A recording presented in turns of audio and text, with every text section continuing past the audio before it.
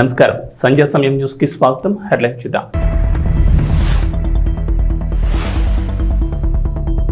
లోక్సభ ఎన్నికలు, పార్లమెంట్ నిర్వహణపై తొలిసారి స్పందించిన ఆర్ఎస్ఎస్ చీఫ్. ఎన్నికలు ముగిసిపోయాయని, ఇక దేశ నిర్మాణంపై దృష్టి సారించాలని పిలుపు.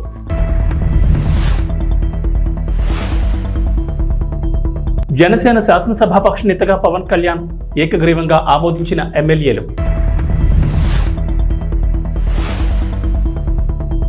తెలంగాణ ప్రజలకు వాతావరణ శాఖ హెచ్చరిక. 7-13 జిల్లాల్లో భారీ వర్షాలు. లోక్సభ ఎన్నికలు, పార్లమెంట్ నిర్వహణపై రాష్ట్రీయ స్వయం సేవక్ సంఘ్ ఆర్ఎస్ఎస్ చీఫ్ మోహన్ భగవత్ తొలిసారి స్పందించారు. ఎన్నికలు ముగిసిపోయాయని, ఇక దేశ నిర్మాణంపై దృష్టి సారించాలని పిలుపునిచ్చారు. ఎన్నికలు యుద్ధం కాదని, పోటీ మాత్రమేనని వ్యాఖ్యానించారు. ఎన్నికలు ఏకాభిప్రాయం కోసం జరిగే ప్రక్రియ అన్నారు. పార్లమెంటుకు 2 పార్శ్వాలుంటాయని, కాబట్టి ఏ ప్రశ్ననైనా 2 కోణాల్లో పరిగణించవచ్చునని సూచించారు. ప్రతి సమస్యకు 2 వైపులా ఆలోచించాలని, ఒక పార్టీ ఒకవైపు ప్రస్తావిస్తే ప్రతిపక్ష పార్టీ మరొక కోణాన్ని ప్రస్తావించాలని అన్నారు. ఈ ప్రక్రియ ద్వారా మాత్రమే సరైన నిర్ణయానికి చేరుకోగలమని భగవత్ అన్నారు. ఈ సందర్భంగా ప్రతిపక్షాల ప్రాముఖ్యతను ఆయన నొక్కి చెప్పారు. నాగపూర్లో జరిగిన ఆర్ఎస్ఎస్ కార్యక్రమంలో ఆయన ఈ మేరకు మాట్లాడారు. ఈ మేరకు నూతన ప్రభుత్వం ప్రతిపక్షాలకు ఆయన సలహాలిచ్చారు. టీడీపీ, జనసేన, భాజపా కూటమి శాసనసభాపక్ష సమావేశం ప్రారంభమైంది. కూటమి తరఫున గెలిచిన ఎమ్మెల్యేలు విజయవాడ ఏ కన్వెన్షన్లో భేటీ అయ్యారు. టీడీపీ అధినేత చంద్రబాబును శాసనసభాపక్ష నేతగా ఎన్నుకున్నారు. చంద్రబాబును సీఎం అభ్యర్థిగా పవన్ కళ్యాణ్ ప్రతిపాదించగా 3 పార్టీల ఎమ్మెల్యేలు ఏకగ్రీవంగా ఆమోదం తెలిపారు. అనంతరం కూటమి శాసనసభాపక్ష నేతగా చంద్రబాబు ఎన్నికైనట్లు టీడీపీ రాష్ట్ర అధ్యక్షుడు అచ్చెన్నాయుడు ప్రకటించారు. ఈ ఏకగ్రీవ తీర్మానాన్ని కూటమి నేతలు గవర్నర్కు పంపనున్నారు. అనంతరం ప్రభుత్వ ఏర్పాటుకు గవర్నర్ ఆహ్వానం పలుకునున్నారు. బుధవారం ఉదయం 11:27 ముఖ్యమంత్రిగా చంద్రబాబు ప్రమాణ స్వీకారం చేయనున్నారు. దేశ చరిత్రలో ఆంధ్రప్రదేశ్ ఏర్పడిన తర్వాత ఇటువంటి అద్భుతమైనటువంటి విజయం ఇంతవరకు ఎప్పుడు మనం చూడలేదు. అటువంటి విజయాన్ని మనం సాధించాం. ఆ విజయానికి కారకులైనటువంటి అధ్యక్షులు చంద్రబాబు నాయుడు గారికి, ప్రధానమంత్రి మోడీ గారికి, పవన్ కళ్యాణ్ గారికి, పురంధేశ్వరి మేడం గారికి మరొకసారి హృదయపూర్వకంగా శిరస్సు వంచి నమస్కారాలు తెలియజేస్తున్నాను. అద్భుతమైన విజయం సాధించామని ఆనందం మనకున్నా సరే, మనందరిపైన గురుతరమైనటువంటి బాధ్యత కూడా ఉంది అని మనందరం కూడా ఒక్కసారి గుర్తుపెట్టు. భారతీయ జనతా పార్టీ అధ్యక్షురాలు శ్రీమతి దగ్గుపాటి పురంధేశ్వరి గారికి నా హృదయపూర్వక నమస్కారాలు. తాడేపల్లిగూడెం సభలో నేను చెప్పినట్టుగా ఒక దార్శనికులు, 4 దశాబ్దాల సుదీర్ఘ అనుభవం, ఎన్నో ఒడిదుడుకులను ఎదుర్కొన్న తెలుగుదేశం జాతీయ పార్టీ అధ్యక్షులు శ్రీ నారా చంద్రబాబు నాయుడు గారికి నా హృదయపూర్వక నమస్కారం.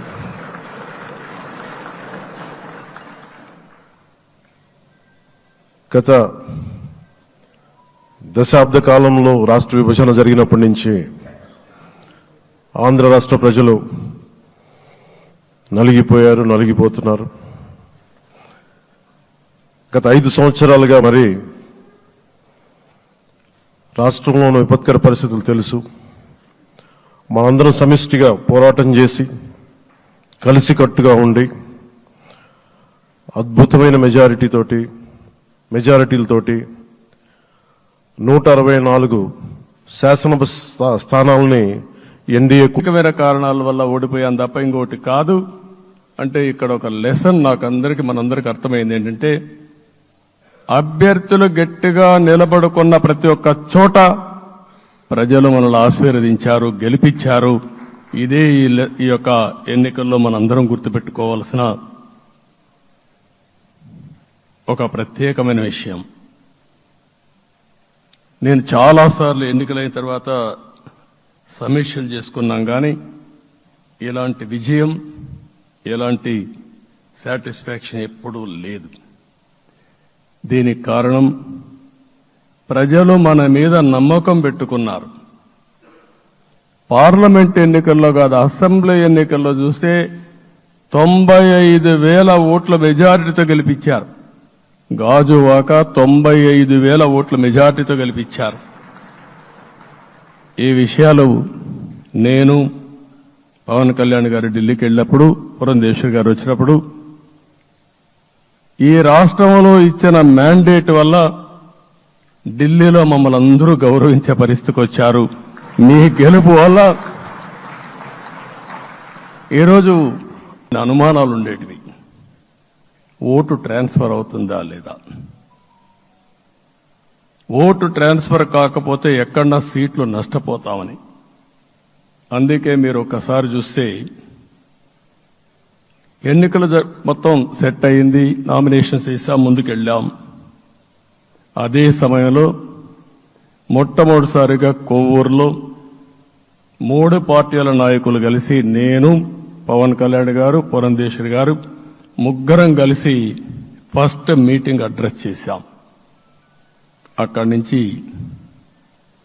6 జిల్లాల్లో మేమిద్దరం కలిసి తిరిగాం. బీజేపీ నాయకులు కలిసి వచ్చారు. ఆ తర్వాత మొట్టమొదటిసారిగా అమిత్ షా గారు ఏదైతే అనంతపూర్లో ధర్మవరం కాన్స్టిట్యున్సీకి వచ్చారు. నేను మొన్న నేషనల్ మీటింగ్లో కూడా చెప్పాను. ఆయన వచ్చినప్పుడు చాలా స్పష్టంగా ఎందుకు మేము పొత్తు పెట్టుకున్నామనే విషయాలు చెప్తూ ఈ ప్రభుత్వ అవినీతిని ఎండగట్టారు, సూటిగా మాట్లాడారు. ఆ ఒక్క మీటింగ్తో రాష్ట్రం మొత్తం ఒక నమ్మకం వచ్చింది. బీజేపీ కూడా పూర్తిగా ఈ కూటమిని సపోర్ట్ చేస్తున్నారనే కాకుండా ఈ రాష్ట్రానికి ఏ అవసరం ఉందో చెప్పగలిగారు. అది అయిన తర్వాత ప్రధానమంత్రి గారు వచ్చారు. మొట్టమొదటి మీటింగ్ మీరు చూస్తే ఇక్కడనే రాజమండ్రిలో పెట్టారు. రాజమండ్రిలో స్పష్టత ఇచ్చారు, దేని అనకాపల్లిలో స్పష్టత ఇచ్చారు. తర్వాత రాజంపేటలో మాట్లాడుతూ చాలా క్లియర్గా చెప్పారు. ఇదే విజయవాడకు వచ్చినప్పుడు రోడ్ షో పెడితే నా జీవితంలో ఎప్పుడూ చూడలేదు, ప్రధానమంత్రి గారు కూడా అదే చెప్పారు. బ్రహ్మాండమైన రోడ్ షో విజయవాడలో జరిగిందని ప్రధానమంత్రి గారు కూడా అభినందించే పరిస్థితికి వచ్చారు. ఇవన్నీ కలయికే మన విజయం. ఈ విషయం మనం గుర్తుపెట్టుకోవాల్సిన అవసరం ఉంది. మీరు కష్టపడ్డారు. నేను చాలా ఎన్నికల్లో చూశాను. అందరూ అభ్యర్థులు కూడా ఈ ఎన్నికల్లో కష్టపడిన విధానం కానీ ఇంత కష్టం నేను ఎప్పుడూ చూడలేదు. ఒక్క మాటలో చెప్పాలంటే ప్రతి ఒక్కరూ మనసు పెట్టి పనిచేశారు. అందుకే ఈ గెలుపు వచ్చిందని చెప్పి కూడా నేను మీకు తెలియజేస్తున్నా. జనసేన శాసనసభాపక్ష నేతగా ఆ పార్టీ అధినేత పిఠాపురం ఎమ్మెల్యే పవన్ కళ్యాణ్ ఏకగ్రీవంగా ఎన్నికయ్యారు. ఈ మేరకు జనసేన మంగళవారం ఎక్స్ ఖాతాలో పోస్ట్ చేసింది.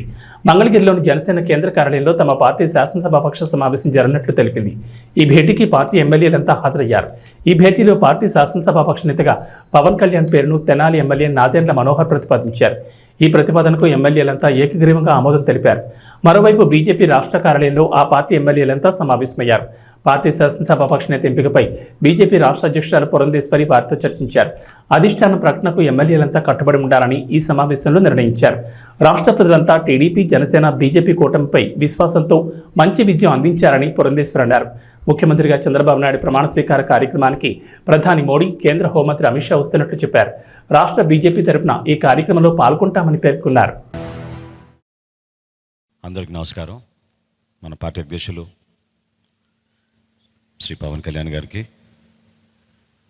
జనసేన శాసనసభ్యులుగా మీరందరూ కూడా ప్రజల పక్షాన్ని నిలబడి పార్టీ ప్రతినిధిగా ఎన్నికైనందుకు మిమ్మల్ని కూడా మొట్టమొదటి శాసనసభ పక్ష సమావేశానికి మనందరం కూడా ఇంత గర్వంగా మంగళగిరిలో మన పార్టీ కార్యాలయంలో ప్రెసిడెంట్ గారి ఆధ్వర్యంలో ఈ విధంగా చేసుకోవడం నిజంగానే పూర్వజనంలో మనం చేసుకున్న ఒక గొప్ప అదృష్టంగా మనం భావించి ప్రజలకి మరింత అంకిత భావంతో, నిండు మనసుతోటి, బాధ్యతతోటి మనందరం కూడా చేయాల్సిన అనేక కార్యక్రమాల గురించి, వీటన్నిటికన్నా పార్టీతోటి చేసే ప్రయాణంలో చిత్తశుద్ధి, నిబద్ధత మన పార్టీ అధ్యక్షులు గారికి అన్ని విధాలుగా ఎల్లప్పుడూ అండగా నిలబడే విధంగా మనందరం కూడా ఆంధ్ర ప్రజలు చూసి గర్వపడే విధంగా మనం కష్టపడి పనిచేయాలని మనస్ఫూర్తిగా నేను కోరుకుంటూ, ఈరోజు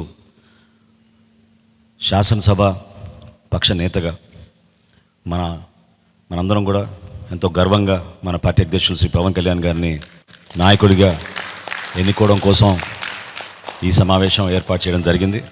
సో ఆ తీర్మానం ముందుగా నేను చదువుతాను. దాని తర్వాత మనందరం కూడా ప్రెసిడెంట్ గారిని అభినందించి అప్పుడు కొనసాగిద్దాం.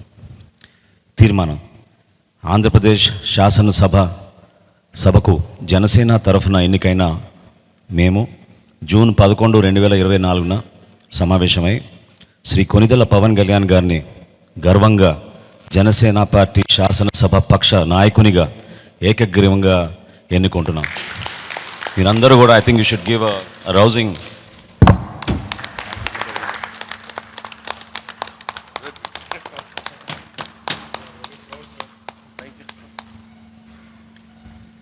ఈ కాన్స్టిట్యూషనల్ ఫార్మాలిటీ పూర్తయింది కాబట్టి ఇప్పుడు మన పార్టీ అధ్యక్షులు, అదేవిధంగా మన శాసనసభ పక్ష నేత, మన పార్టీ అధ్యక్షులు శ్రీ పవన్ కళ్యాణ్ గారిని మాట్లాడమని రిక్వెస్ట్ చేస్తాం. ఇప్పుడు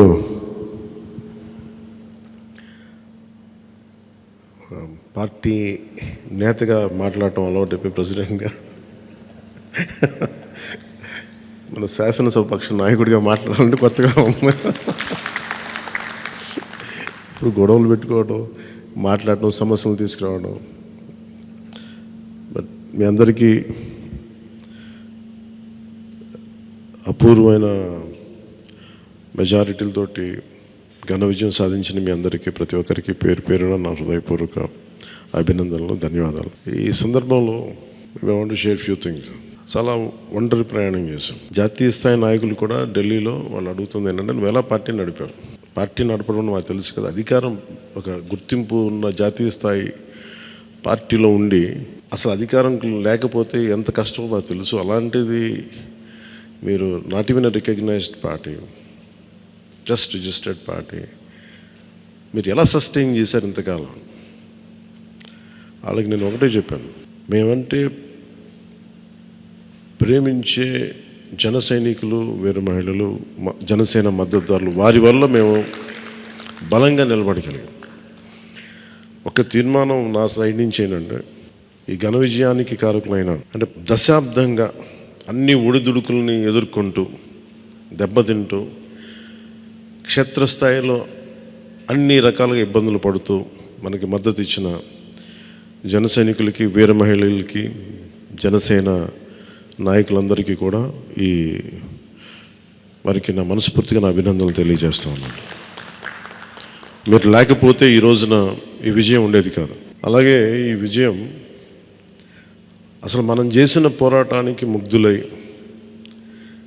2019లో తప్పు చేసాం, ఈసారి ఎట్టి పరిస్థితుల్లో మేము తప్పు చేయమని ప్రతి ఒక్కరూ ఒక 100 మందిలో కలిస్తే 100 మంది చెప్పేవాళ్ళు, ఒకళ్ళు కలిస్తే ఒకళ్ళు చెప్పేవాళ్ళు, ఏ మూలకెళ్ళి చెప్పేవాళ్ళు.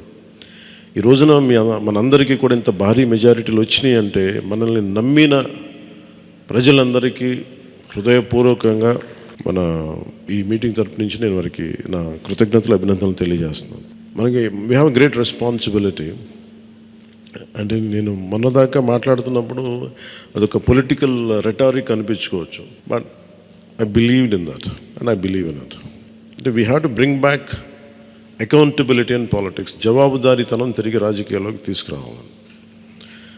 గొడవ పెట్టుకునేటప్పుడు అంటే మనోహర్ గారు మేము చాలాసార్లు మాట్లాడుకున్నప్పుడు, cooperation and confrontation is a part of democracy.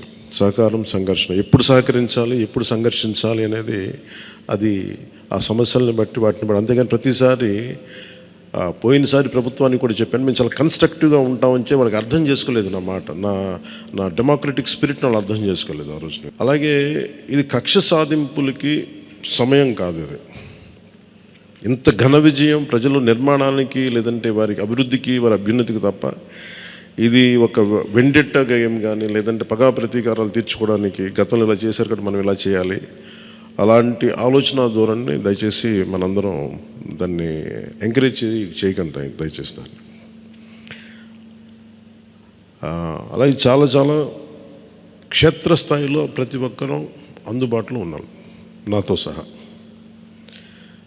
ఈరోజున జాతీయ స్థాయిలో మరి మనం సాధించిన విజయాలు కూడా చెప్పుకోవాలి. చాలామంది పొలిటికల్ పార్టీ ప్రారంభించారు, మూసేశారు భారతదేశం మొత్తం మీద. ఈవెన్ ఫ్రమ్ పంజాబ్ నుంచి ఎవరు వచ్చి మాట్లాడుతున్నారు, వాళ్ళ అకాలీదళ ఫ్యాక్షన్ ఒకటి.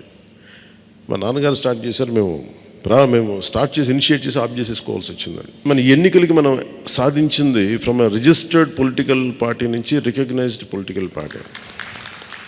అండ్ రెండు, నెవర్ బిఫోర్ ఇన్ భారత్ పోటీ చేసిన అన్ని స్థానాల్లో భారీ మెజారిటీలతోటి గెలుపొందటం, 100% స్ట్రైకింగ్ రేట్, 100%. అంటే మన మీద ఎంత విశ్వసనీయత ఉంది, అంటే ఎంత విశ్వాసం ఉంది ప్రజలకి, ఎంత నమ్మారు, ఇది వాళ్ళు చేసి చూపించారు. 2019లో ఎలక్షన్లు అయిపోయిన వెంటనే మేము తప్పు చేసాం, మేము నీకు నిలబడతామని చెప్పి అది ఈ రోజున మనకి మద్దతుగా నిలిచిన ప్రజలందరికీ కూడా ఇంకొక మారు చాలా చాలా ప్రత్యేకమైన ధన్యవాదాలు. అలాగే 2 పార్లమెంట్లు పెట్టాం. అంటే దాదాపు మీరు చూస్తే 2 పార్లమెంట్లు మనం ఇవి తీసుకుని దాదాపు ఒక 45 స్థానాల్లో మన ప్రభావితం ఉన్నట్టు ఖచ్చితంగా డైరెక్ట్గా. అలాగే మన టీడీపీ, మన ఎన్డీఏ కూటమిలో మిగతా పార్టీల విజయానికి కూడా మేము ఎంత బలంగా నిలబడ్డామో మీ అందరికీ తెలిసింది. ఓట్ ట్రాన్స్ఫర్ ఎంత బాగా జరిగిందో, ఫస్ట్ టైం చాలా అవేకెండ్ ఓటింగ్ జరిగింది, చాలా రెస్పాన్సిబుల్ ఓటింగ్ జరిగింది.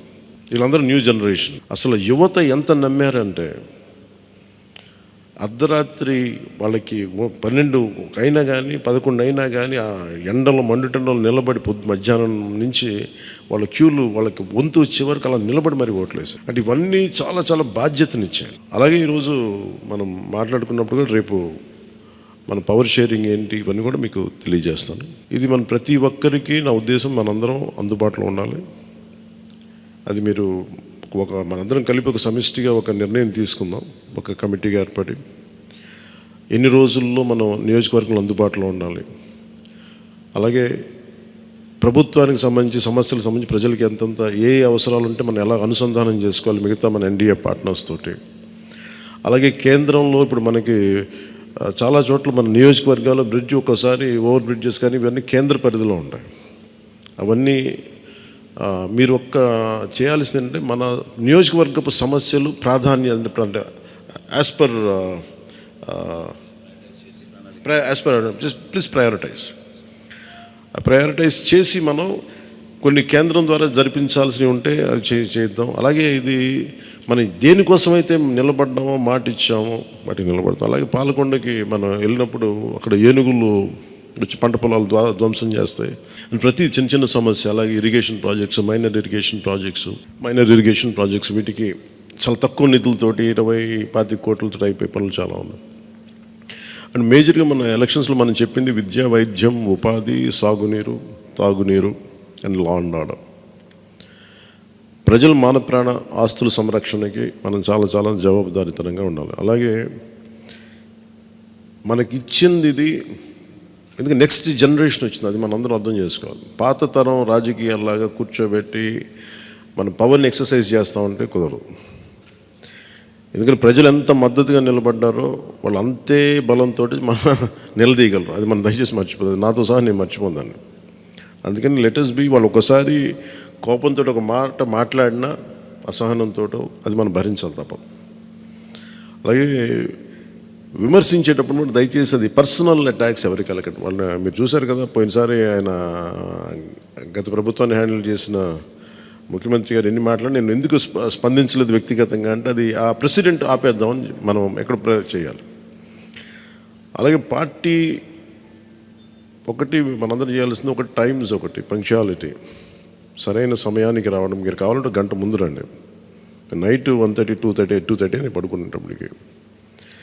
ఎందుకంటే ఇది మనం 5 సంవత్సరాల కాలాన్ని ఎంత సద్వినియోగం చేసుకోగలం దాని మీద ఆధారపడి ఉంటుంది భవిష్యత్తు.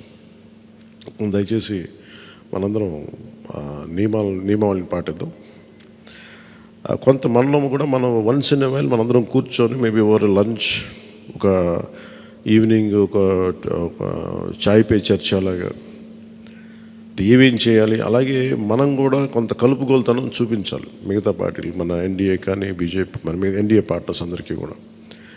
అంటే మీరు మనం ప్రత్యేకించి మనం ఎక్స్క్లూజివ్గా ఉండకుండా అందరితో మమేకం అవ్వాలి. At the same time not losing our identity.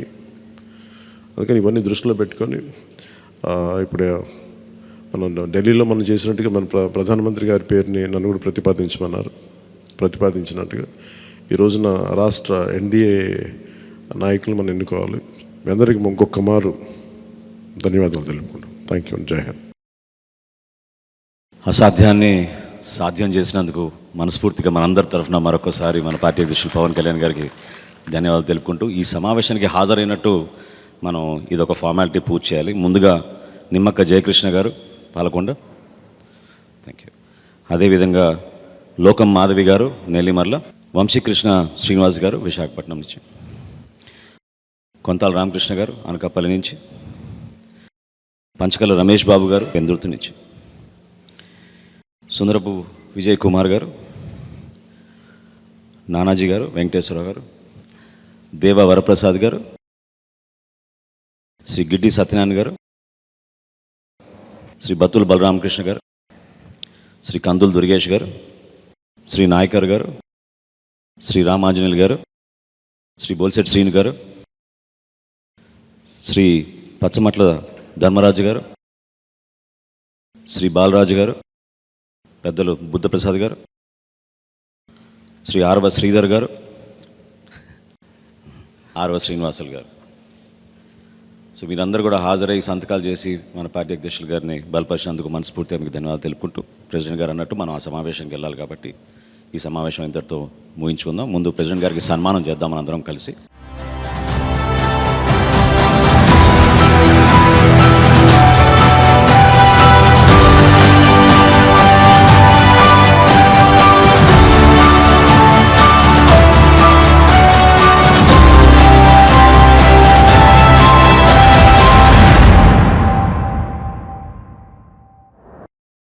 Telangana ముఖ్యమంత్రి రేవంత్ రెడ్డికి ఇప్పటి వరకు క్యాంప్ ఆఫీస్ లేదు. ఆయన ముఖ్యమంత్రిగా బాధ్యతలు తీసుకుని 6 నెలలు గడుస్తున్నా ఇప్పటి వరకు క్యాంప్ ఆఫీస్ ఏర్పాటు చేసుకోలేదు.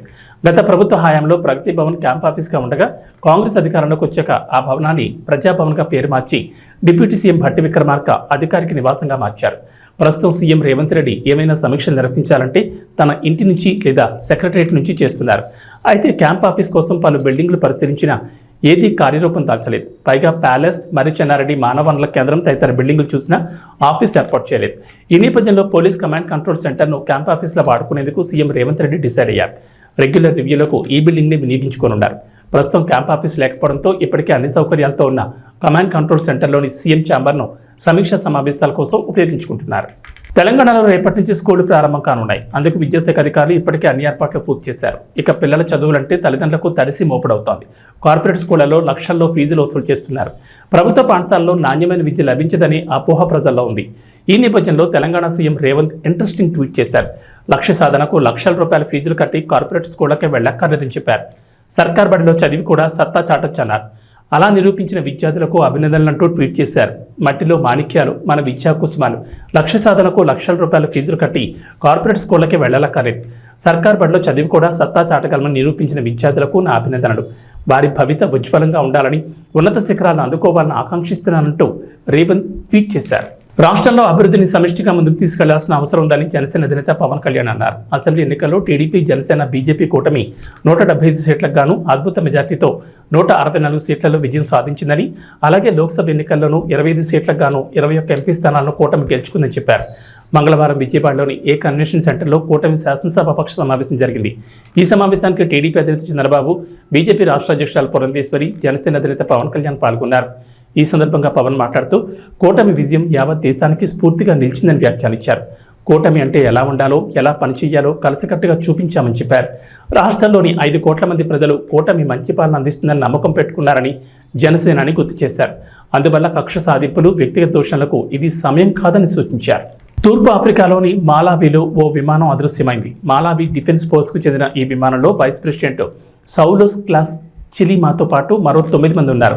స్థానిక కాలమానం ప్రకారం సోమవారం ఉదయం 9 గంటల 15 నిమిషాలకు విమానం షెడ్యూల్ ప్రకారం గమ్యస్థానానికి చేరుకోలేదు.